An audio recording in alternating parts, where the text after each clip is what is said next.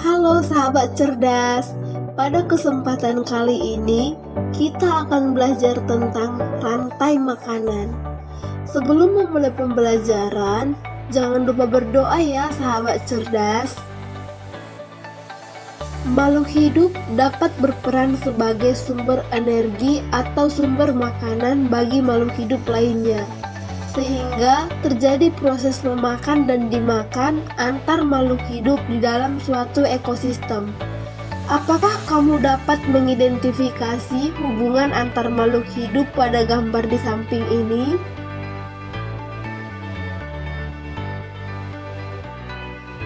Tumbuhan dapat menghasilkan makanan sendiri dari fotosintesis.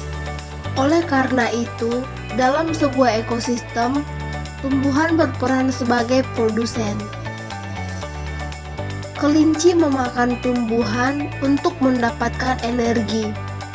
Dalam rantai makanan ini, kelinci berperan sebagai konsumen tingkat 1.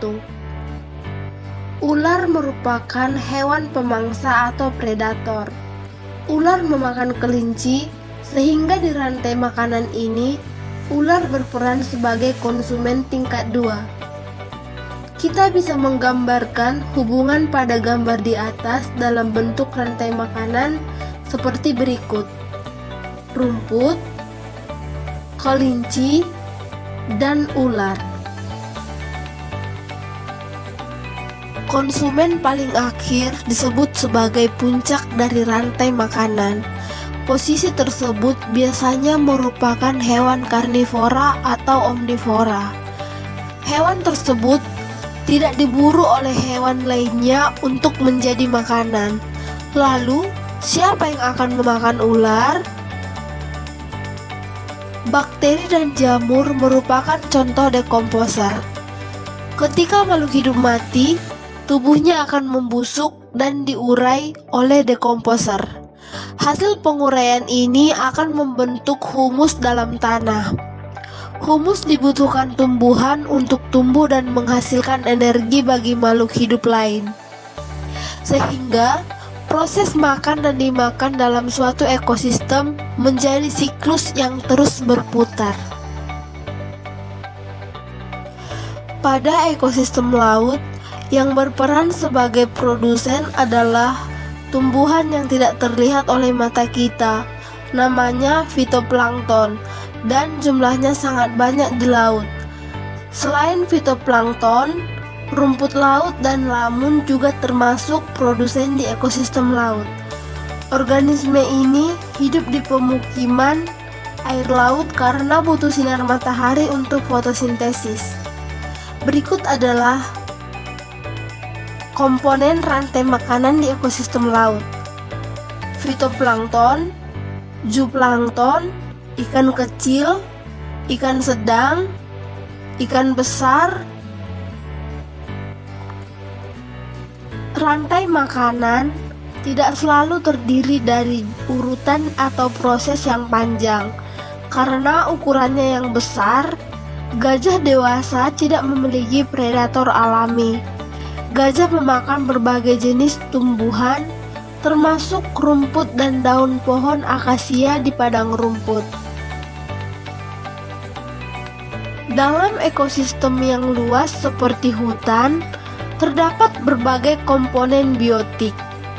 Hal ini menyebabkan produsen dapat dimakan oleh lebih dari satu konsumen. Begitu pula sebaliknya, konsumen dapat memangsa lebih dari satu jenis hewan. Lalu, bagaimana proses rantai makanan terbentuk dalam ekosistem yang memiliki banyak jenis hewan dan tumbuhan? Jaring-jaring makanan. Jaring-jaring makanan merupakan kumpulan rantai makanan yang saling berkaitan pada satu ekosistem yang sama. Hal ini dapat terjadi karena dalam ekosistem yang luas, banyak makhluk hidup yang tinggal bersama. Apakah kamu dapat mengidentifikasi hubungan antar makhluk hidup pada gambar di bawah ini? Contoh jaring-jaring makanan. Berdasarkan gambar di bawah ini, yang bertindak sebagai produsen adalah bunga, kemudian yang bertindak sebagai konsumen satu adalah kupu-kupu dan serangga. Selanjutnya, yang bertindak sebagai konsumen dua adalah laba-laba dan kumbang. Kumbang juga termasuk ke dalam konsumen tiga.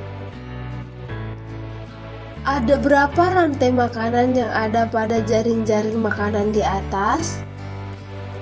Jika kalian perhatikan, laba-laba berperan sebagai konsumen 2 dan konsumen 3. Demikian dari sahabat cerdas, pembahasan kita tentang rantai makanan.